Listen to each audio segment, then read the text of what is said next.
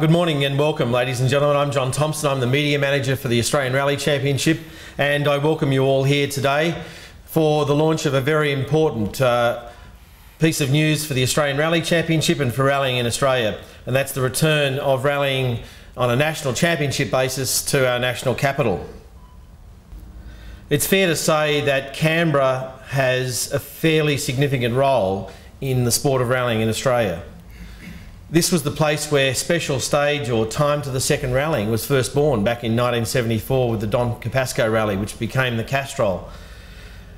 It's also the place where 8 of the 43 Australian rally champions since the inception of the championship in 1969 hail from.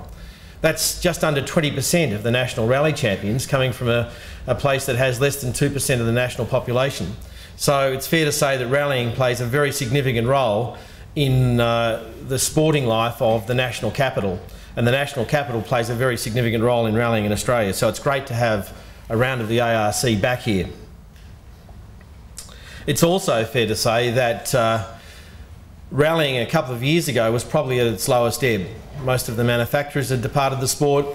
There weren't too many events putting their hands up to host rounds of the national championship, but with some rebuilding, announcements like this return of the National Championship to Canberra, some imminent announcements about manufacturers coming back into the sport. 2013 is certainly shaping as a very significant year in the revitalisation of the Australian Rally Championship.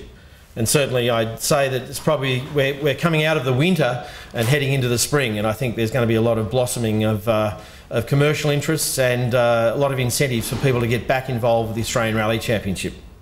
I know on the weekend a fairly minor state championship event on the south coast, the numbers done over the last year or so with that event at Bateman's Bay reflected that it injected about $500,000 into the local community over a weekend, and that's a much smaller event than the National Capital Rally will be in 2013.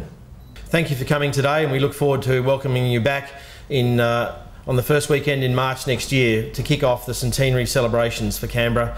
Thanks again.